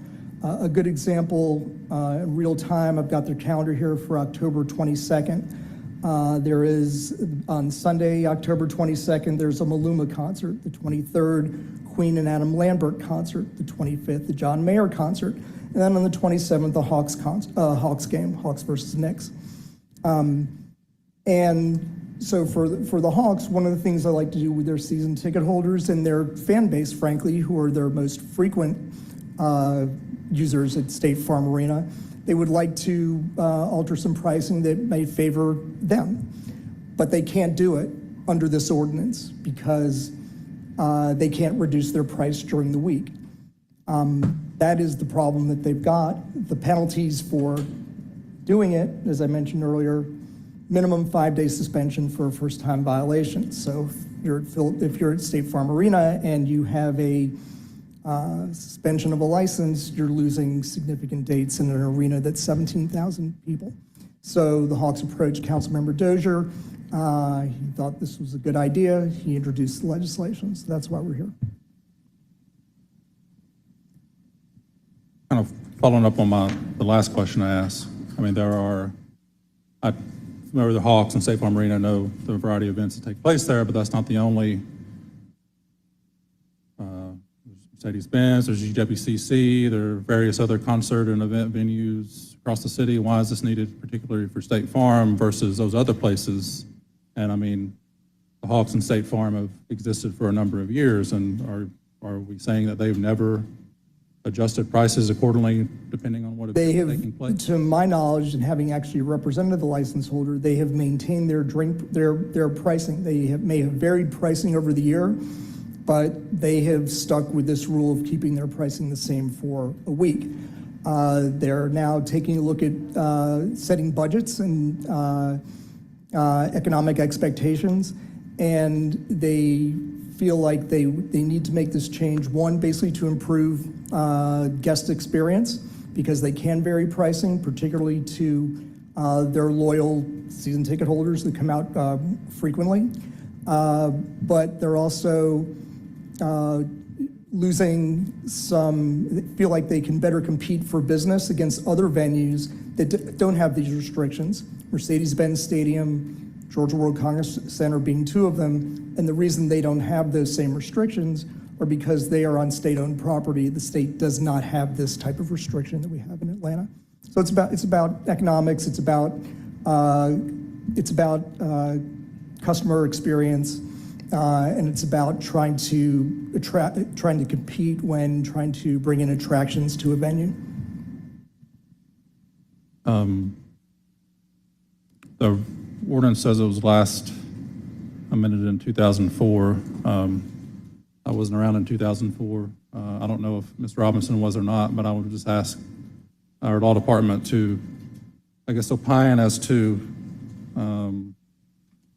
its assessment of the ordinance that Councilmember Dozier introduced and whether it is indeed needed for what State Farm and the Hawks are seeking to do. Ms. Robinson. Hi, Amber A. Robinson, City of Atlanta Department of Law. I answered the first question. I was not an attorney in 2004, at least not most of that year. I got sworn in late that year after the October bar results came in. So now, Counsel for State Farm has characterized 10226A4 as being a prohibition on reducing prices of any alcoholic beverages offered during the week. That is not, in my opinion, an accurate assessment. The language of the statute sets forth that it is not lawful to offer alcoholic beverages at a reduced price from the price regularly charged during the week, and to therefore say that you can't reduce prices at all ignores the language of regularly priced in that statute, which means in order to establish probable cause for a violation of this particular statute, it would be incumbent upon law enforcement to establish what the price regularly charged is. Where an alcohol establishment seeks to, as Counsel for State Farm Arena has stated, vary the prices within every week or, many weeks based upon the activities going on in the particular establishment, it would be not possible to establish a price regularly charged because they don't have a regularly charged price. It changes day to day, event by event. This to me would be no different than the general practice of a convention center or an event space, which may have different events within each week, and depending on who it is that would be leasing or renting the event space for that particular event, the pricing for alcoholic beverages could change. And some of those are open to the public, some of those are private events. And so those are not exempted from this section, and I wouldn't believe that State Farm Arena would need an exemption from this section either, based on the description council has given this committee. All right, thank you for that. So the short synopsis is, I don't believe it's needed based on this for what they're seeking description. to perform. I don't believe it's necessary based on the description that was provided by counsel for State Farm Arena. Councilmember Waits.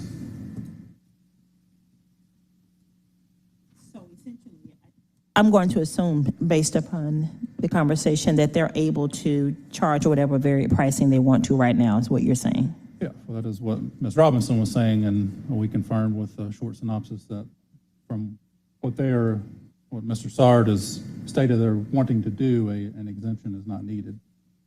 Okay, even though this applies to all of the sports coliseums. Robinson. There's only one sports coliseum located in the city of Atlanta, which is State Farm Arena.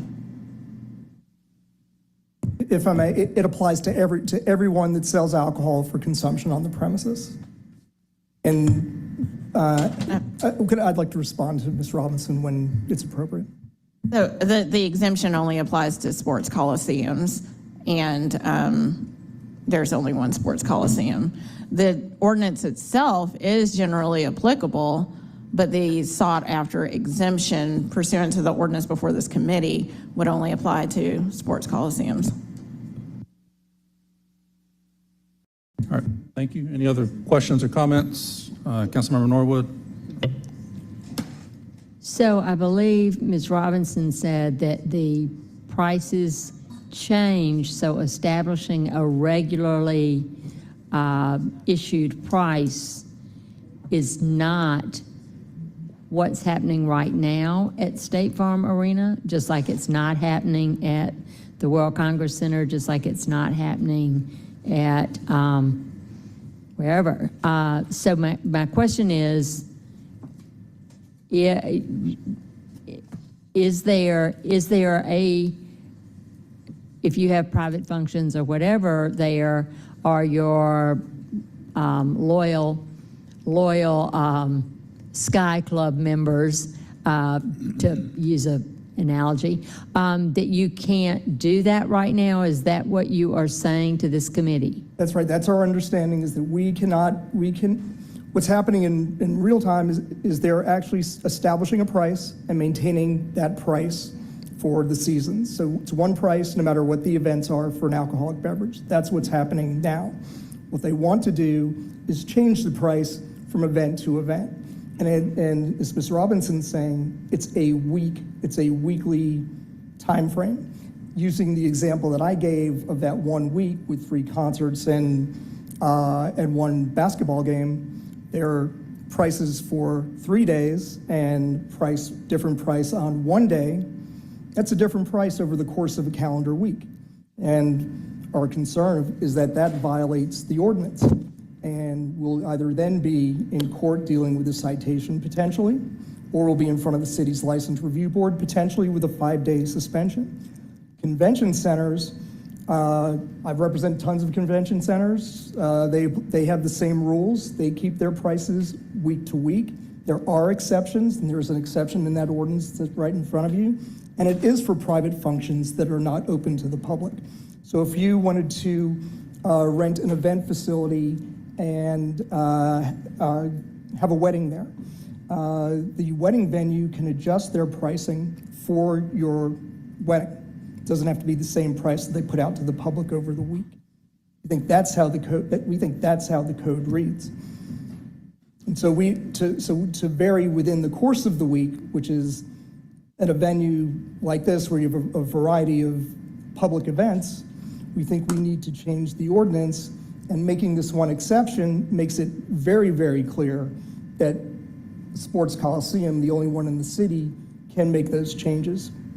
That's why we're asking for it. We don't think we disagree with Ms. Robinson. I'd love to agree with her, frankly. It'd be beneficial for numerous clients and numerous businesses in the city. But that's just not how we read it, and the specter of a significant suspension of the alcohol license for a public venue like that is not a risk that the Hawks are willing to take. So if Ms. Robinson, if the city believes that you can do this right now, is that just an opine from the city, or does the council need to either affirm or deny this revision? At some point, someone has to say, this is really okay, and you as the attorney do not need to worry about this. Or at some point, someone needs to say, the council, this really is requested because we are different than everybody else. So I just want to know where we are. So if I may, I will say, no, I wasn't here. I'm practicing in 2004. However, I have been here almost 20 years, and I've never seen this cited against anybody. The city of Atlanta has not cited this ordinance, nor have we threatened anybody with citation of this ordinance, to my knowledge, in the past almost 20 years. I cannot speak to why this confusion has proliferated. However, I have stated on the record my opinion in concerning the application of this ordinance. I would never recommend to this committee or to the Atlanta City Council that it needs to take legislative action based on the opinion of private parties about how the city would enforce its ordinances without any indication from the city that it would enforce its ordinances in that manner. And so it's my opinion that this legislation is not necessary, to repeat my statement from earlier. Thank you. And Ms. Norwood, we look at it. Mr. Sard. Yes. Next up is Councilmember Lewis. The first question was about the Mercedes-Benz Dome. It doesn't qualify? So Mercedes-Benz Stadium is owned by the state, and because it's owned by the state, it's not subject to the City of Atlanta Code of Ordinances. So I couldn't speak to, how this would be applied there because they're exempt from our alcohol ordinances. And so we're not worried about Georgia Tech football stadium. Is there a potential for a slippery slope of a Lakewood amphitheater trying to use this? City-owned, a large location that has a lot of events. So, one, Lakewood Amphitheater would not be a sports coliseum. So it wouldn't be, it would not receive any benefit from this exemption, even if the exemption were necessary. But as I've stated, if they wanted to vary their prices based on the event that they were hosting, their specific concert, one price for one concert, a different price for a different artist, that sort of thing. They would be able to do that already. They're already able to do that. They have flexibility. Mercedes has That's right. flexibility. Everyone has flexibility. I move approval. We do have some more speakers first, but it has been motioned for approval by Councilmember Lewis and second by Councilmember Waits.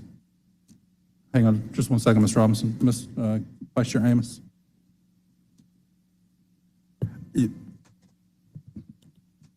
I'm struck. So when this paper came about, I talked to my colleague, Mr. Dozier, because I represent the bands and the Congress Center. And I was just surprised that State Farm would not have this capability. So talked to legal counsel as well. And I'm hearing that there's no need for this paper because they can already do, even reading the caption that's highlighted is saying that she's saying, and correct me if I'm wrong, there's no way to establish the regular charge price for that week. So they have the flexibility to change their prices to start with. I'm worried about the domino effect as well. If we do this, what's next? So I like to do a substitute motion to file, and here's why. We are about to accept the ATAG recommendations in which we're going to open up Section 10 anyway. If we see there's still a need to go in and fix this, if there's a need, we can do it then. I don't want us to do something in which our counsel is saying don't do right now, then have to go back and do a whole bunch of other fixing a couple of weeks from now. So I do a substitute motion to file it. Second that substitute motion to file. And please prepare the vote. The vote is open.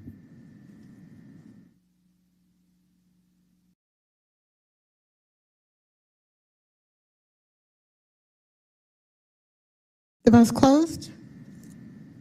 3 yeas, 4 nays, motion is not carried. That item will be held. No, the motion to hold failed. Okay, we'll go back to the original motion or Yeah, the vote. Yeah. back to parliamentarian. Yeah. Go back to the original motion to approve, which was made by All right. Councilmember Lewis and seconded by Councilmember Waits.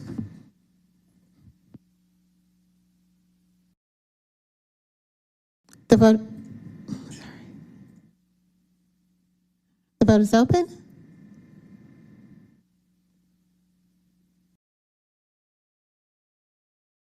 The vote is closed. 5 yeas, 1 no, 1 abstention. It is approved. Thank you. Councilmember Lewis. And I would like to say I'm pro-business. And so to see the unfairness of the other organizations and to not understand that the Lakewood Amphitheater, that the other facilities won't be affected like that. And I'm thinking about the concerts coming through and I'm thinking about the games and I know everything is different. Like Beyonce is different from someone else. And so I understand it full out and that's me supporting the business community. Councilmember Lewis, thank you.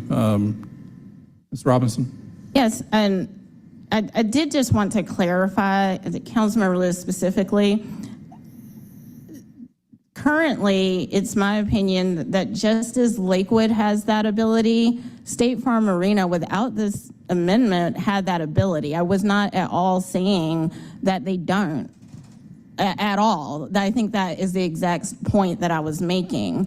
If they have the ability to do this, then State Farm Arena has if Lakewood has the ability to do this, then State Farm Arena has the ability to do this. And if you're seeing, if it is said that State Farm Arena would need a specific exemption in order to do this, well then Lakewood would need a specific exemption to do this, if what counsel for State Farm Arena is saying is correct. So my interpretation is nobody needs an exemption to do this, not Lakewood, not State Farm Arena.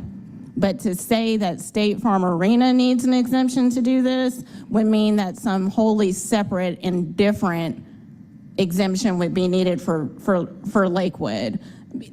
But I don't think that that is the case. So I just want to be clear. I was not at all saying that it was necessary, and I feel like that was like a disconnect after your first statement before your motion. Yeah, and I think what he's saying is that he can't do it. And if what they're saying is their hands are tied. And so they're saying that they aren't doing it because they can't. And so the flexibility, he's saying he doesn't have the flexibility that the people around him does. That's what I heard him say, if I'm correct. We think we can't do it without. But Ms. Sard, you've not been recognized. You can put an opinion in front of 10 attorneys and get 10 different answers. However, Ms. Robinson is our city attorney and represents the law department. So, you're getting an opinion from Mr. Sard, you're getting an opinion from Ms. Robinson, so. And then we as elected officials get to make a decision, and the decision that the elected officials made today was to pass this paper. And I made the decision to respect and go with what my city attorney stated, so.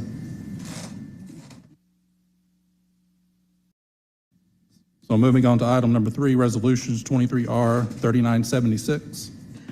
This is a resolution by Council Members Dustin Hillis and Byron D. Amos authorizing the reemployment of the City of Atlanta Fire Rescue retiree Roderick M. Smith as chief for an annual salary not to exceed $230,000 pursuant to Section 3-505B of the Charter of the City of Atlanta and for other purposes. Motion to approve. Is there a second? Second, Boone. Second by Councilmember Boone. Please prepare the vote. The vote is open.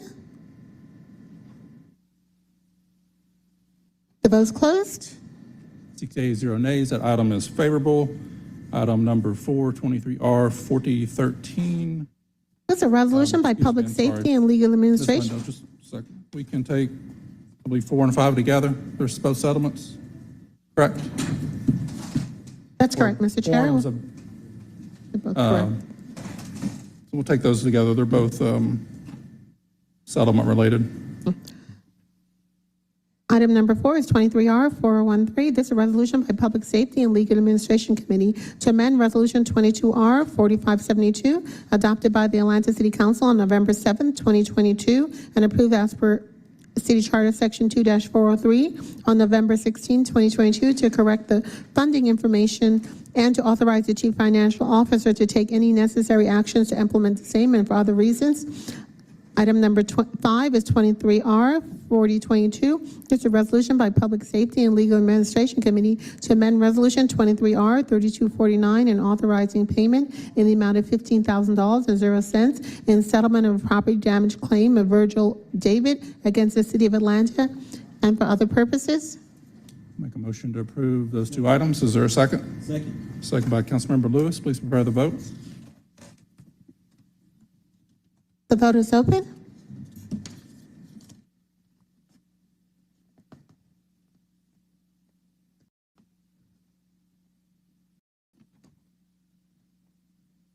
The vote's closed.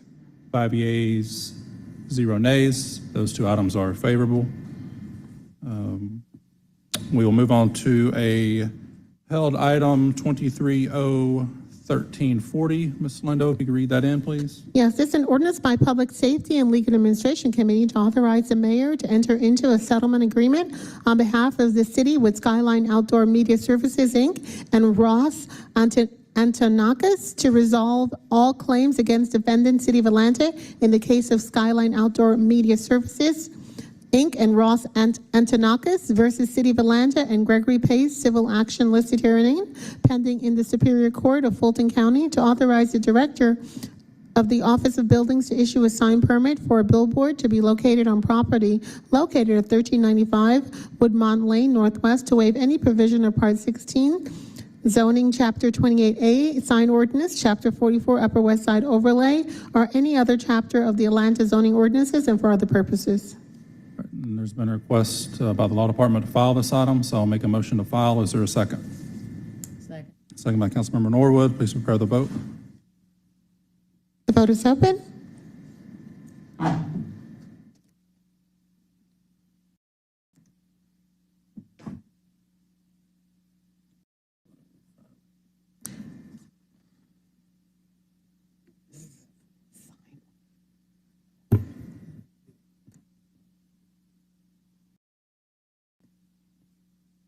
The vote is closed.